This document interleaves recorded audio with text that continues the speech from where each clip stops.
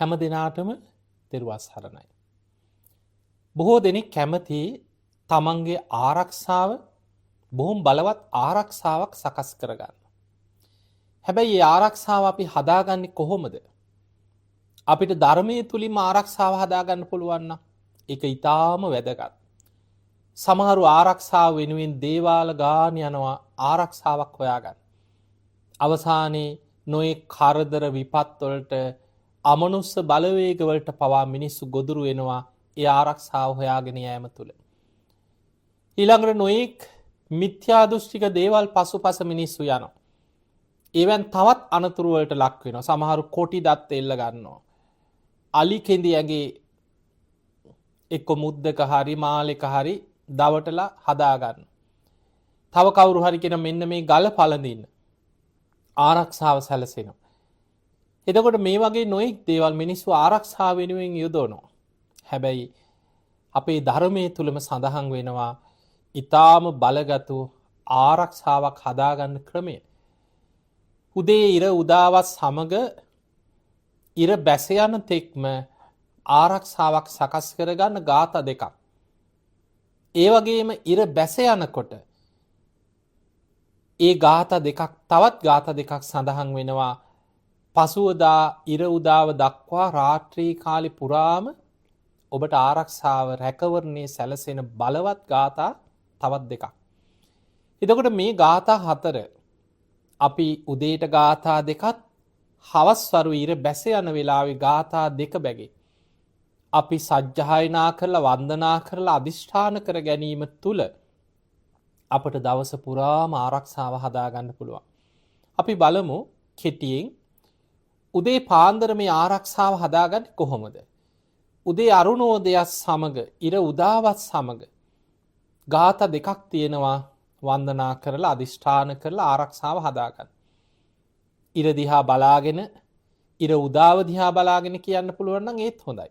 එහෙම නැත්නම් ඇඳෙන් නැගිටිට පස්සේ හරි එක්ක බුදුන් වඳින තැන ඉඳන් හරි මේ ગાථා දෙකේ ආරක්ෂාව හදාගන්න. හොඳට සිහි කරලා මෙන්න මෙහෙම කියන්න.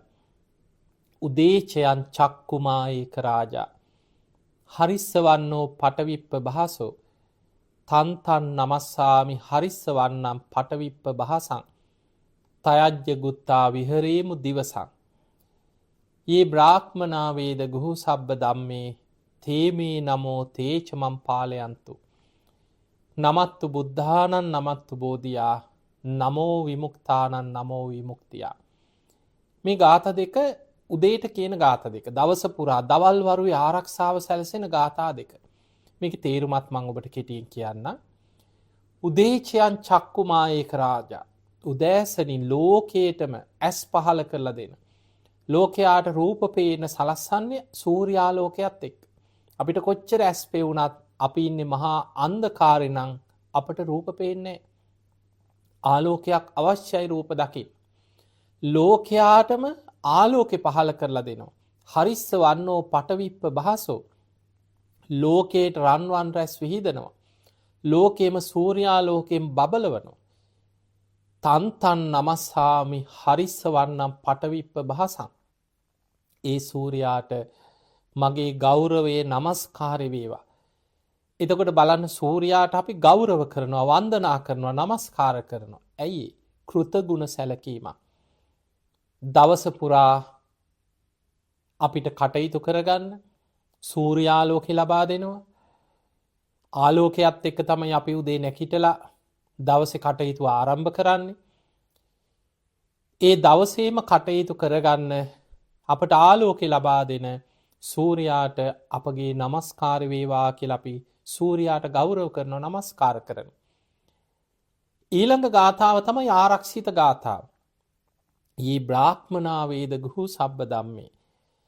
මේ විශ්වයේ යම්තාක් සියලු ධර්මයන් අවබෝධ කරගත් බුදුවරයන් වහන්සේලා පහළ වුණාද තේමේ නමෝ උන්වහන්සේලාට මගේ নমස්කාරය වේවා.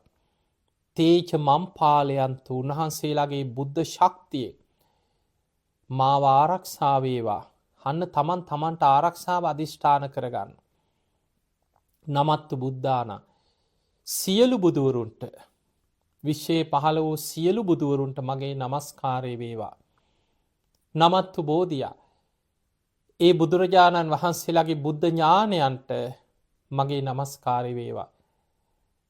නමෝ විමුක්තානං විමුක්තියට පත්වෙච්ච බුදු පසේ බුදු මහරහතන් වහන්සේලාට මගේ නමස්කාරය වේවා. නමෝ විමුක්තානං නමෝ විමුක්තියා කියන්නේ ඒ නිවන් මඟ විමුක්ති මාර්ගයට ආර්ය අෂ්ටාංගික මාර්ගයට මගේ නමස්කාරය වේවා කියලා සිහි කරනවා. එතකොට උදේට ඔය ගාථා දෙක සිහි කිරීමෙන් සූර්ය උදාවත් සමග ඔය ගාථා දෙක සිහි කරලා ඔබට පුළුවන් නම් දෙවනි ගාථාව 7 වාරයක් හරි හොඳ අවධානයෙන් මෙනෙහි කරලා දවසේ කටයුතු පටන් ගන්න පුදුමාකාර ආරක්ෂාවක් සැලසෙනවා. දැන් මම ඔබට කියලා දෙන්නේ රාත්‍රී කාලේ ඉර බැස ගියාට පස්සේ පසුවදා උදෑසන දක්වාම අපි කොහොමද ආරක්ෂාවක් හදාගන්නේ? මේ මෝර පිරිතේ මම ඔබට කියලා දුන්නේ මෝර පිරිතේ සඳහන් පළවෙනි ගාථා දෙක තමයි කලින් කියලා දුන්නේ. මේ මෝර පිරිතේ ඊළඟ ගාථා දෙකෙන් රාත්‍රී කාලයට ආරක්ෂාව සලස ගන්න හැටි අපිට කියලා දෙනවා. ඉර බැස යනකොට ඒ බැස යන ඉර දිහා බලාගෙන ගාථාවක් සිහි කරනවා.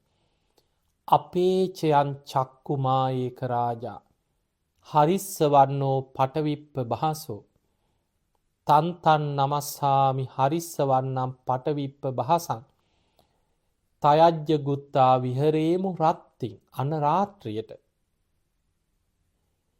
ඊළඟට සිහි කරන ආරක්ෂාව සැලසෙන්නේ මේ ගාථාවේ. ඊ බ්‍රාහ්මනාවේද ගුහු සබ්බ ධම්මේ තේමේ නමෝ තේචමම් පාලයන්තු නමත්තු බුද්ධානං නමත්තු බෝධියා නමෝ විමුක්තානං නමෝ විමුක්තියා. අර කලින් ගාථාවමයි. හැබැයි පළවෙනි ගාථාව විතරක් උදේටයි හවසටයි ඒ ගාථාවේ කොටසක් වෙනස් වෙනවා. අපි බලමු මේකේ තේරුම. අපේචයන් චක්කුමායේක රාජා ලෝකේට මැස් පහල කරලා දීපු සූර්යා බැස යනවා. සූර්යා බැසගෙන යනවා හවස් වෙනකොට. එතකොට සූර්යා බැස යනවා කියන්නේ මොකද වෙන්නේ? ආලෝකේ නැති වෙලා අන්ධකාරයේ උදා වෙනවා. කළුවර වැටෙනවා. ඒ සූර්යාට ගෞරව කරනවා හරිස්ස වන්නෝ පටවිප්ප බහසෝ මේ ලෝකේම රන්වන් රැස් විහිදවපු ලෝකේම ආලෝකයෙන් බබලපු සූර්යා තමයි මේ බැස යන්නේ. තන්තන් නමස්සාමි හරිස්ස වන්නම් පටවිප්ප බහසං අද දවසේ මම ගොඩාක් වැඩ කරගත්තා. අපි හිතමු දවසේ කරගත්ත වැඩ සිහි කරනවා. ඉගෙන ගන්න දරුවෝ නම් ඉගෙන ගන්න ගියා. රස්සාවල් වලට යන ඒ දවසේ කටයුතු කරගත්තා. කුඹුරු වතු පිටි කරන ඒ සූර්ය ආලෝකයෙන් ඒව කරගත්තා. මේ සියල්ල කරගත්න මට ආලෝකේ පහල කරලා දීපු සූර්යාට අද දවසේ මගේ ගෞරව නමස්කාරය වේවා. තයජ්ජ ගුත්තා විහරේමු රත්ති සූර්යා බැසගිය රාත්‍රී කාලේ පසුවදා ඉර උදාව දක්වාම මේ අන්ධකාරය ගෙවෙන අද දවස තුල අද රාත්‍රිය තුල තයජ්ජ ගුත්තා මගේ ආරක්ෂාව සැලසේවා කියලා තමන් අදිෂ්ඨාන කරගන්න. එතකොට රාත්‍රී කාලෙට මට ආරක්ෂාව ලැබේවා. දැන් එළියත් නැහැ සූර්යා බැස ගිහිල්ලා අන්ධකාරේ. අද නම් අපි ඉස්සර වගේ නෙමෙයි. ඉස්සර ඔබ හිතන්න මීට කාලයකට කලින් ඔබේව පුංචි කාලේ ආච්චිලා සීලාගේ කාලේ සමහරලාට මේ ලයිට් නැති විදුලි බලය නැති කාල තිබ්බා. ඉස්සර කුප්පි ලාම්පුවක් පහනක් මේ වගේ දෙයකින් මිනිස්සු ආලෝකය හදාගත්තා. එතකොට මේ තරම් ලොකු ආලෝකයක් නැහැ. ඊටත් කලින් මිනිස්සු ඔබ හිතන සමහරු ඉර බැහැගෙන යනකොට කරවලේ නිදාගත්තා. ඉර උදාවත් එක්ක තමයි අවදි වෙලා කටයුතු පටන් ගත්තේ. හැබැයි මේ රාත්‍රී කාලේ නොඑක් අනතුරු තියන සතා සිව්පාවන්ගෙන් අනතුරු වෙන්න පුළුවන්. රාත්‍රී කාලේ නොඑක් විපත් වෙන්න පුළුවන්. මහා වැසි වලින් ගම් වතුර නායා බලන්න මිනිස්සු නිදාගෙන ඉන්නේ නැද්දි. ගම් නගර පිටින් කඳු නාය ගිහිල්ලා යට වෙලා යනවා. ජල ගැලීම් ඇති වෙන්න පුළුවන්. ගස් කඩාගෙන වැටෙන්න පුළුවන්. ඔය කරදර විපත් රාත්‍රිය ඇති වෙන්න පුළුවන්. එතකොට හිතනවා අනේ අද රාත්‍රී කාලේ ගෙදරක නම් හිතනවා මගේ දරුවෝ මේ ඉන්න දෙමව්පියෝ පවුලේ අය මේ කාටත් ආරක්ෂාව සැලසේවා. කොහොමද අපි ආරක්ෂාව හදාගන්නේ? අන්න ඊළඟ ගාථාව. ඒක තමයි බලවත්ම ආරක්ෂිත ගාථාව. යේ බ්‍රාහ්මනා වේද ගුහු සබ්බ ධම්මේ, මේ විශ්වයේ සියලු ධර්මයන් අවබෝධ කරගත් බුදුවරයන් පහළ වුණාද. සර්වඥ කියන්නේ අපි ඒකයි, සියල්ල දන්න, සියල්ල අවබෝධ කරගත්ත බුදුරජාණන් වහන්සේලා පහළ වුණාද. තේ මේ නමෝ, ඒ සියලු බුදුවරුන්ට මගේ නමස්කාරය වේවා. තේච මම්පාලයන්තු, ඒ බුදුවරුන්ගේ බුද්ධ ශක්තියෙන්, උන්වහන්සේලාගේ අනන්ත ගුණ බලයෙන් මාව ආරක්ෂා වේවා. නමත්තු බුද්ධානං, ඒ සියලු බුදුවරුන්ට මගේ නමස්කාරය වේවා. නමත්තු බෝධියයි, බුදුරජාණන් වහන්සේලාගේ බුද්ධ ඥානයන්ට මගේ නමස්කාරය වේවා. නමෝ විමුක්තාන, විමුක්තියට පත්වෙච්ච බුදු, පසේ බුදු, මහරහතුන් තුන්තරා බෝධියෙන් නිවන් අවබෝධ කරගත් යම්තාක් පිරිසක් ඇද්දේ සියලු දෙනාට මගේ නමස්කාරය වේවා. නමෝ විමුක්තියා, ඒ විමුක්ති මග, නිවන් මග, ආර්ය අෂ්ටාංගික මාර්ගයේ ඒකායන නිවන් මගට මගේ නමස්කාරය වේවා. එතකොට ඔය ගාථාව ඔබට පුළුවන් නම් රාත්‍රී 7 වාරයක් හරි ඔය ගාථාව කියන්න නිදාගන්න කලින් ඔබට විශාල ආරක්ෂාවක්.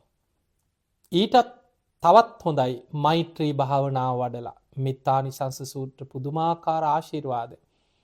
නිදාගන්න කලින් තුනුරුවන් ගුණ සිහි කරලා මෛත්‍රී භාවනාව ටික වෙලාවක් වඩලා මේ ගාථාව කියලා නිදාගන්න. රාත්‍රී කාලේ පුරා පුදුමාකාර ආරක්ෂාවක්. මේකට ධර්මයේ හඳුන්වන්නේ බ්‍රහ්ම මන්ත්‍රය කියලා.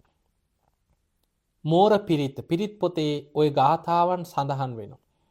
ඒ ගැන සඳහන් වෙන ජාතක පොත් වහන්සේගේ ජාතක කතාවක සඳහන් වෙනවා. අපේ බෝසතාණන් වහන්සේ රන්වන් පාට, රත්තරන් පාට මොණරෙක් හැටියට ඉපදිච්ච එක්තරා ආත්මයක හිමාල මහ වනාන්තරයේ අවුරුදු 700ක් පුරා දීර්ඝායුෂ ඇති කාලයක කතාවක්, මේ අද කාලෙක නෙමෙයි. ඒ මොණරා කිසිම කරදරයක්, විපතක් නැතුව දිවා රාත්‍රී දෙකේ ආරක්ෂා වුණා කියන මේ ගාථා දෙක නිසා. රජ්ජුරුවෝ මේ මොණරා ගැන ආරංචි වෙලා වැද්දම් පිටත් කරලා ඇරිය මොණරා අල්ලන්න. හැබැයි මේ ගාථා දෙකේ තියෙන බලය නිසාම දුන්නකින් විද්දත් ඊතලේ වෙන පැත්තකට ගිහිලා වදින්න. මද්දක් ගැහුවත් මද්ද වදින්න වෙන දිහාකට. ඒ තරම් ආරක්ෂාවක් මේ ගාථාවේ තිබුණා කියන. එහෙමනම් අපිට පේනවා අපේ බුදුරජාණන් වහන්සේගේ අතීත කතා, ජාතක කතා මුල් කරගෙන අපිට පෙන්නවා මෙන්න මේ ගාථාවන් ආරක්ෂිත ගාථාවන් හැටියට ජීවිතේ එදිනෙදා භාවිතා කරන්න. අපි කවුරුත් බණ අහනවා, ධර්මය අවබෝධ කරන්න මහන්සි ගන්නවා, පින්කම් කරනවා, නිවන් දකින්න ඕනෑ කියලා හිතනවා. හැබැයි මේ ජීවිතය තුළ එදිනෙදා ජීවිතේ කොච්චර ප්‍රශ්න, ගැටලු වලද ඔබ ඉන්නේ? සමහර වෙලාවට උදේ නැගිටිනකොටම ගිනි ගන්නවා මතක් වෙනකොට එදා දවසේ තියෙන ප්‍රශ්න ටික. දරුවන්ගේ කටයුතු, සමහරලාට ණය ප්‍රශ්න, නඩු හබ වෙන්න පුළුවන් කරදර, විපත්. දවස සමහරලාට උදේ නැගිටින්නෙම ගිනි ගොඩක් ඔළුවේ තියාගෙන අද මොකින් මොකක් වෙයිද කියලා හිතාගෙන. එදා දවස තුල කොච්චරනම් ප්‍රශ්නවල මිනිස්සු උදේ ඉඳන් රෑ වෙනකන් ගිනි තියාගත්තා වගේ දුවනවා.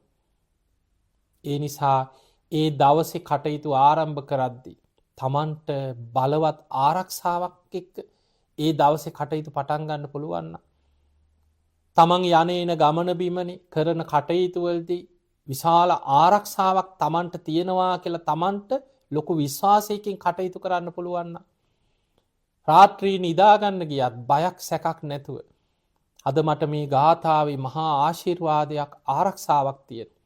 මම ආරක්ෂිතයි කියලා ධර්මයෙන් ආරක්ෂාවක් හිතේ බලවත් කරගෙන නිදා ගන්න පුළුවන් නම් ඒකත් ඔබට ජීවිතේ සහනයක්. ඒ නිසා ඉදිනදා ජීවිතේ දහසක් ප්‍රශ්න වලින් ඉන්න ඔබට ධර්මයේ තියෙන මේ බලවත් ගාථාවන්ගෙන් ආරක්ෂාවක් ඔබම හදාගන්න. ඒක ඊටාම ලේසි දෙයක්. උදේ පාන්දර නැගිටලා උදේට කියන ගාථා දෙක සිහිපත් කරන්න. ඊට බැස යනකොට රාත්‍රී කාලේ අඩුම ගානේ හරියටම ඊර බැහැගෙන යනකොටම ඕක කියන්න බැරි වුණත් නිදා ගන්න වෙලාවක හරි ගාථා දෙක සිහි කරන්න. ඒ තුල ඔබට පුදුමාකාර ආරක්ෂාවක් ලබන්න පුළුවන්. මේක මතක තියාගන්න. අමතක වෙනවා නම් ලියලා ළඟ තියාගන්න. පර්ස් එකක බෑග් එකක හරි තියාගන්න. දවස යම් කිසි විශේෂ කටයුත්තකද මේ ගාත දෙක සිහි කරන්න. ඔබටම තේරේ කාලයක් යනකොට පුදුමාකාර ආරක්ෂාවක් මේ ගාථාවලින් ජීවිතයට එකතු වෙන.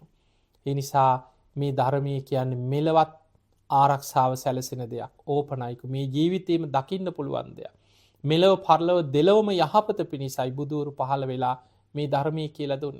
එනිසා නිවන ගැන පෙන්නුව වගේම මෙලව යහපත මෙලව දියුණුව මෙලව ආරක්ෂාව එදිනෙදා ජීවිතය අපිට මෙලව සැනසීම පිණිසත් මේ ධර්මය ජීවිතයට එකතු කරගන්න පුළුවන්.